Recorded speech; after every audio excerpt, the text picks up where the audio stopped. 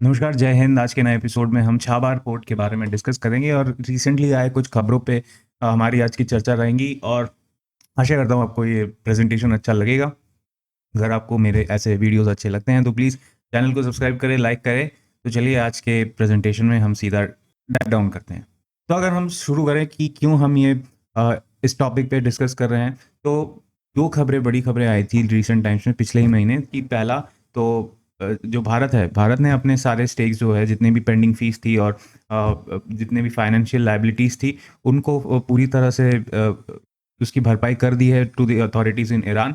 And second खबर ये थी कि जो बजट हमारा अनाउंस हुआ है, उसमें 400 करोड़ जो अब तक 400 करोड़ यार उससे ज़्यादा हम जो अमाउंट है वो अलॉट किया करते थे चाबार पोर्ट को, तो वो इस बार अलॉट नहीं हुआ है, which tells us the fact या फिर विच रीइंस्टेट्स दी फैक्ट कि हमने सही में चाबार पोर्ट से इन अ वे विड्रॉ कर लिया है।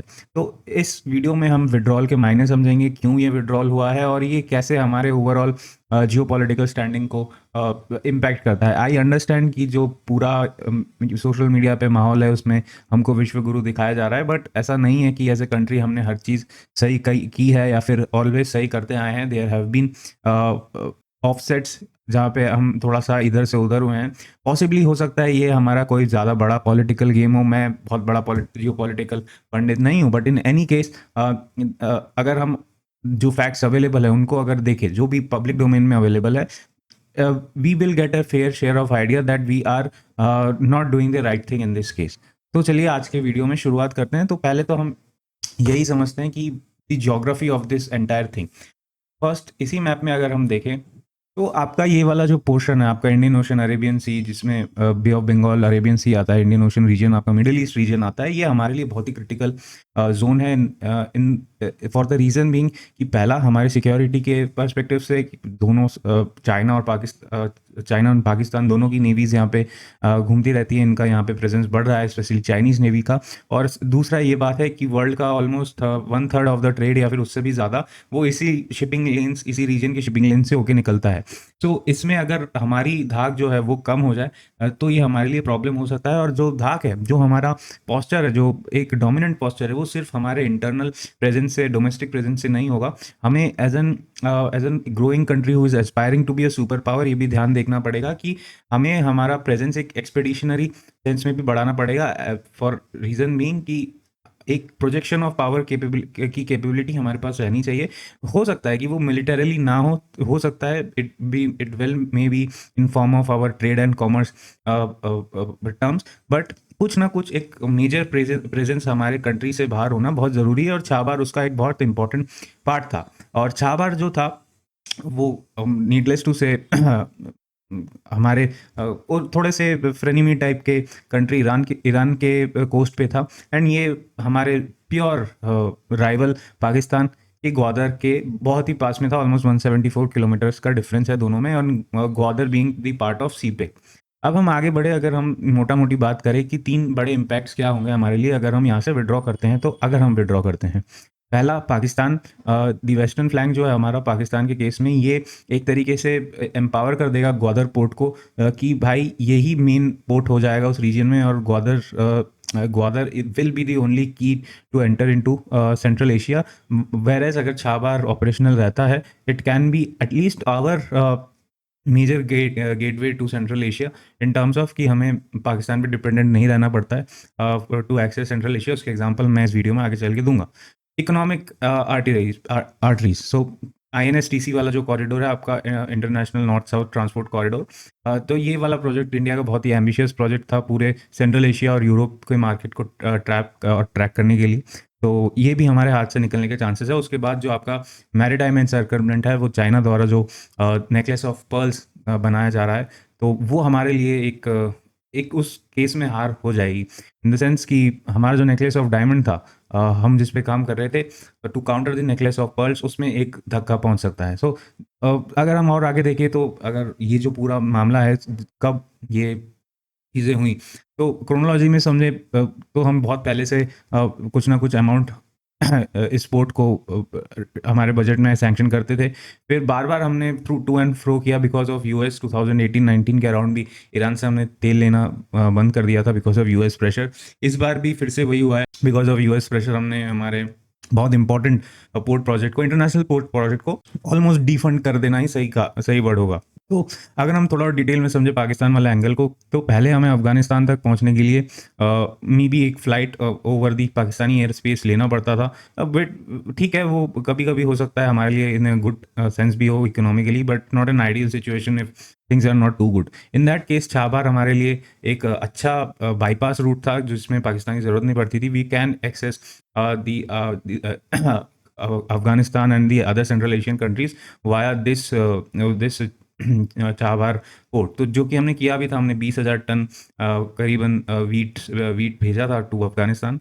सो ये बहुत बड़ा एक झटका होगा भारत के लिए। We leave that port. उसके बाद विड्रॉल जो है एक तरीके से इस्लामाबाद का जो लड़ा है उस रीजन में भारी करता है। फिर दूसरा सवाल हमारे पे भी उठ जाता है कि हम जो सारा दिन स्ट्रेटेजिक ऑटोनॉमी करते रहते हैं, तो क्या वो सब एक ढकोसला है?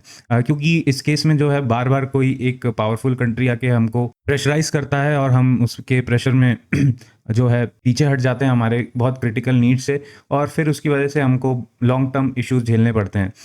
तो अगर हम समझे कि पूरे रीजन में हमारा क्या इतना बड़ा इम्पैक्ट पड़ेगा हमारे वहाँ जाने से, एक पहले ही हमारी जो वहाँ पे लेवरेज थी वो लिमिटेड थी, अब जो है उस पर भी अगर दाग या फिर उस पर भी अगर क्वेश्चन मार्क उठ जाता है, तो हमारे लिए not in just in terms of trade and commerce, हमारे लिए इंटरनल सिक्योरिटी के लिए भी बहुत बड़ा इशू बन सकता है। सेकेंड है कि जो ये पूरा का पूरा पोर्ट था, हमारा आंसर था जो कि Chabahar port was an answer to the Gwadar port. हम नहीं चाहते थे कि ग्वादर जो है वो इस रीजन में एक मेजर पोर्ट बन के उभरे इन अंडर एनी सर्कमस्टांसेस, इसलिए छाबार बहुत इंपॉर्टेंट था। अगर हम छाबार से पीछे हटते हैं और मेरा फिलहाल ये मानना है कि ईरान में जो भी सिचुएशन चल रही है, India should get involve and cool down and try to cool down the situation between Israel and Iran and America. So that is one thing because we have huge interest in that region. ठीक है, वहाँ से कुछ ना कुछ पोक किया जाता है ईरान द्वारा, but I think those are more or less manageable stuff. We can handle those things diplomatically. अभी तक बहुत ज़्यादा कोई एक्सट्रीम कोई सिनेरियो हमने भारत के अगेंस्ट नहीं देखा है ईरान की तरफ से, so that can be managed diplomatically. तो इसलिए मेरा ये मानना है we should not let the Chabahar port slip off our hands, and that will be a great strategic blunder if we do so in future. So जो ये vacuum बनेगा हमारे छोड़ने से, उसकी वजह से जो ये पाकिस्तान को फ़ायदा है, तो ये बहुत बड़ा इशू बन सकता है and we have to fight this back. तो नेक्स्ट जो है INSTC कॉरिडोर, तो ये तो पूरी तरह कॉम्प्रोमाइज़ हो जाएगा अगर हम छाबार पोर्ट छोड़ते हैं, तो बिकॉज छाबार का जो एंट्री नोड ही है, मतलब सॉरी INSTC का जो एंट्री नोड है वो छाबार ही है। और by entry node means international entry node, not the domestic जो कि बॉम्बे है इस केस में। तो वहाँ पे अगर ये कंप्लीट कर पाते हैं हम ऑन टाइम INSTC वाला जो कॉरिडोर, हमारा जो ट्रांजिट टाइम है वो 40% तक कम हो सकता है और कॉस्ट जो है 30% तक कॉस्ट हो सकता है। यानी कि अगर हम यहाँ से मॉस्को या फिर यूरोप में कोई सामान भेजना चाहते हैं, हम INSTC कॉरिडोर के द्वारा वो 40% कम रेट और 40% कम टाइम एंड 30% कम रेट पे पहुंचा सकते हैं towards Russia and Europe. So that is the overall advantage. और भारत ने पहले से इसमें $370 मिलियन प्लेज कर रखे हैं। Again very critical for our geopolitical stature, these projects are extremely critical. अगर भारत जैसा aspiring super power, aspiring super power इस तरीके की चीज़ों से पीछे हटता है, then it does not send good signal to the world. फिर उसके बाद जो सेकंड ऑप्शन रहता है सुएज कैनल के थ्रू। As we know, Suez canal जो है वो बहुत ही अनस्टेबल रीजन है because of all the geopolitical volatility in that region. और वहाँ पे कभी भी अगर कुछ भी बहुत ज़्यादा बड़ा इशू हो जाता है, देन वो पूरा रीजन, वो पूरा कैनल जो है कॉम्प्रोमाइज़ हो जाता है और उसकी वजह से हमें दिक्कत होगी, क्योंकि हमारा मेजॉरिटी ऑफ एनर्जी नीड्स जो है वो इसी रीजन से आता है। फिलहाल उसमें काफ़ी पार्ट रशिया से आता है, बट अगर आप हिस्टोरिकली देखें तो इसी रीजन से हमारी मोस्टली हमारी एनर्जी नीड्स पूरी होती है। जो सेकंड ऑप्शन है वो IMEC कॉरिडोर है, वो हम जिसका कि फुल फॉर्म है India middle east European economic corridor. तो इसमें 7-8 कंट्रीज़ है। इसमें हम अगेन गुजरात से शुरू करके we will be moving from Saudi to UAE to Jordan, Israel, Italy, France and Germany. तो ये एक और ऑप्शन है, बट इसमें अगेन ये भी एक अनस्टेबल रीजन से होके जाता है, एंड इसमें कुछ कंट्रीज़ बहुत ज़्यादा फेवरेबल या फिर उन कंट्रीज़ का जो माहौल है बहुत ज़्यादा स्टेबल नहीं रहता है। तो अगेन एक ऑप्शंस के बजाय 2 ऑप्शन होना बेहतर है। सो that is why I think IMEC corridor in itself is a good idea, but also INSTC compromise नहीं होना चाहिए। और अगर हम कॉम्प्रोमाइज़ कर लेते हैं आईएनएसटीसी पे, तो हो सकता है ईरान मजबूर होके ग्वादर पोर्ट जो है अगेन चाइना के हवाले कर दे, and that will be a big strategic defeat for India. तो ओवरऑल चीज़ें बहुत ट्रिकी हैं, and we have to move strategically, and उसका कोई और हमको कुछ टफ चॉइसेस लेने पड़ेंगे। अगर कुछ पावर्स सो बी इट भी गुस्सा भी हो जाएं, सो बी इट, आपको ये चॉइसेस करने पड़ेंगे for the sake of your own internal security and for your own strategic autonomy. So IMEC and INSTC overall दोनों अच्छे प्रोजेक्ट्स है, but it is always better to have 2 options. I think जो long term में जो मैं सोचता हूँ scenario बनेगा कि हम दोनों बनाएंगे, but we will wait out Trump के जाने तक का हम इंतज़ार करेंगे, and then I think when as and when the Democrats come in America, वो फिर से ईरान के साथ कुछ नेगोशिएशंस शुरू करेंगे। तो that is the thing regarding the transit corridor part. उसके बाद जो सेकेंड एंगल आता है वो आता है चाइनीज़ एंगल। आप सबको पता ही होगा, they have been try to encircle us by buying a lot of, और बाइंग ही बोलूँगा, लोन तो मैं कहता नहीं हूँ, क्योंकि वो एक तरीके से लोन ट्रैप करके वो बाई कर लेते हैं, लीज भी कह सकते हैं, और ईयर 9900 ईयर्स ऑफ लीज, तो उसको हम बाई के बराबर ही कह सकते हैं। तो उन्होंने बहुत सारे पोर्ट्स इस तरीके से हथियाए हैं। उनका दुकम पोर्ट है, जिबूती में उनका अपना बेस है, हम्बन टोटा भी उन्होंने ऐसे किया था। सो इससे म्यांमार में भी पोर्ट्स है, बांग्लादेश में भी पोर्ट्स हैं। तो they have been trying to, and needless to say Gwadar itself, तो the Chinese have been trying to encircle India, और उनको पता है कि भारत की नेवल प्रोवेस क्या है। वो उनको वो चाइनीज़ नेवी को काफ़ी हद तक पिन डाउन कर सकती है, और जो मलाक्का स्ट्रेट है यहाँ पे, उसके बाद और काफ़ी सारे चोक पॉइंट्स है इस वाले रीजन में, तो वो in case of any adverse situation China के एनर्जी सप्लाईज को बिल्कुल कट ऑफ कर सकती है। तो they have been trying to implement this strategy quite well so far, and अगर हम ग्वादर के बाद छाबार के पोर्ट को जाने देते हैं अपने हाथ से, देन पॉसिबली एक टाइम आ जाएगा या फिर एक अपॉर्चुनिटी रहेगा इस वॉइड को फिल करने का। एंड क्योंकि वेस्टर्न वर्ल्ड से कोई पोर्ट कंपनी इसको नहीं उठाएगी, अगर एग्जिस्टिंग रेजिम जो है वहाँ पे वही रहती है, तो then the Chinese will go and fill that void, and we will lose an opportunity, and it will become a security issue for us. तो ओवरऑल चाबार के लॉस को हम देख सकते हैं, अगर समराइज करना चाहें तो it is a hit to our stature in this region in terms of military power, hard power.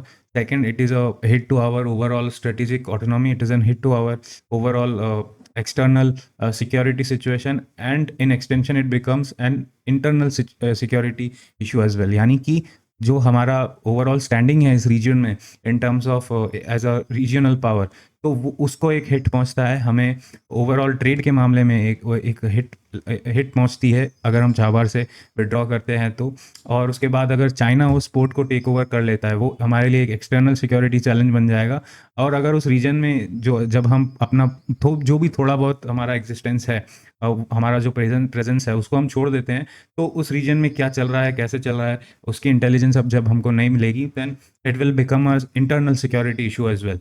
तो हमको ये बात समझनी पड़ेगी कि ये बहुत डेंजरस सिचुएशन है, इसको हम हल्के में नहीं ले सकते हैं ये कह के कि भाई प्रेशर है, बहुत ज़्यादा ऑप्शंस नहीं है। We have to defend our interest in that region, and उसके लिए अगर थोड़ा बहुत आपको इन्वॉल्व होना पड़े in terms of negotiation of peace talks between Iran, Israel and US, so be it, आपको होना चाहिए। I think the Chinese will be more than interested and the Russians will be more than interested to bring in the peace talks. And we अब हमको करना भी पड़ेगा, हमें world stage में जाना पड़ेगा और चीज़ों को सॉर्ट आउट करने में, चीज़ों के जहाँ बड़े नेगोशिएशंस हो रहे हैं वहाँ पे टेबल पे अपीयर होना पड़ेगा। ये जो हम अपनी स्ट्रेटेजिक ऑटोनॉमी क्या है कि फट्टू की तरह गायब हो जाते हैं, हमें क्या लेना देना है, हम तो बुद्ध का देश है, तो वो सब बकवास बंद करके we have to go on the table, और हमको एक एक्टिव स्टेक होल्डर की तरह इन टेबल्स पे बैठना रहना पड़ेगा, तभी कंट्रीज़ हमको रिस्पेक्ट करेगी। वरना इस तरीके से हम बस कह के गायब हो जाते हैं, हमें क्या लेना, स्ट्रैटेजिक ऑटोनॉमी का ढकोसला देके फिर आधे पोर्ट्स इधर-उधर विथड्रॉ करके, प्रेशर में आके विथड्रॉ करके, फिर नेगोशिएशन टेबल पे भी हमारा कोई रिप्रेजेंटेशन नहीं रहता है, तो it shows India is a मतलब paper tiger, which is not a good thing, which is not the case. तो इन अ वे हमको तैयार रहना पड़ेगा to defend our interest. Same so ये पूरा रीजन जब ईपेक के बाद अगर हमारा जो थोड़ा बहुत भी प्रेजेंस चाबार में रहा है, it is a very good opportunity for the Chinese, और हमारे लिए एक एनर्जी सिक्योरिटी का इशू बन ही जाएगा, एज आई सेड। तो अगर हम समझे the vacuum is huge, the nightmare scenario जो मैं आपको समझा रहा था, ईरान जो है isolated by India's exit, China integrates Chabahar with BRI, और इन दैट केस हमारा पूरा का पूरा जो मिडिल ईस्ट से एनर्जी आने वाला सप्लाई चेन है वो एक बहुत ही हॉस्टाइल नज़रों में रहेगा, वो एक टारगेट बन जाएगा। So we have to be somewhere in the region, और हमारा एक बेस रहना चाहिए, या फिर बेस ना भी हो, एक पोर्ट रहना चाहिए, इस तरीके का कमर्शियल पोर्ट जहाँ पे हम देर सवेर से ही थोड़ा बहुत trade activities and may be कुछ हॉल्ट्स, हमारे नेवल शिप्स कुछ हॉल्ट्स लेके अपना काम कर सकें। सो फ्रंट वन पाकिस्तान के केस में भी बहुत ज़्यादा डेंजरस सिचुएशन है, इकोनॉमिक के केस के भी बहुत ज़्यादा डेंजरस सिचुएशन है। इकोनॉमी में अगर हम बात करें तो एनर्जी सिक्योरिटी पे बहुत ज़्यादा डेंजरस सिचुएशन है, और हमारे ओवरऑल इंटरनल सिक्योरिटी वो भी इससे बहुत ज़्यादा डेंजरस हैं। इसलिए मेरा ये मानना है, बहुत स्ट्रांगली मानना है, छाबार पोर्ट अगर हम छोड़ रहे हैं, देन सरकार को इस डिसीजन को वापस रिव्यू करना चाहिए। और उसकी वजह से अमेरिका के साथ तो खैर रिश्ते ख़राब ही हैं, मैं जानता हूँ, पूरा का पूरा मीडिया ये ढकोसला बेचता है कि हमारे रिश्ते अच्छे हैं। देखिए, कोई फ्रेंडली कंट्री आप पे सैंक्शन नहीं लगाता है। हम पे सैंक्शंस लगे थे, 50% तक वो टैरिफ गए थे, टैरिफ्स आर सैंक्शंस। तो हम खुद को ये चूरन ना बेचे कि भाई अमेरिका, फिलहाल हम अमेरिका और भारत के रिश्ते अच्छे चल रहे हैं, बिल्कुल भी अच्छे नहीं चल रहे हैं। और ट्रेड डील पे जो हुआ है, इट शोज़ कि रिश्ते बहुत ही एक तरफा हैं, एंड तो भी ट्रेड डील पे अगर अलग से मैं वीडियो बनाऊंगा। तो आशा करता हूँ आपको वीडियो अच्छा लगा होगा। वीडियो अच्छा लगे तो चैनल को प्लीज़ सब्सक्राइब करें, वीडियो को लाइक करें। टिल नेक्स्ट टाइम, धन्यवाद, जय हिंद, बाय बाय।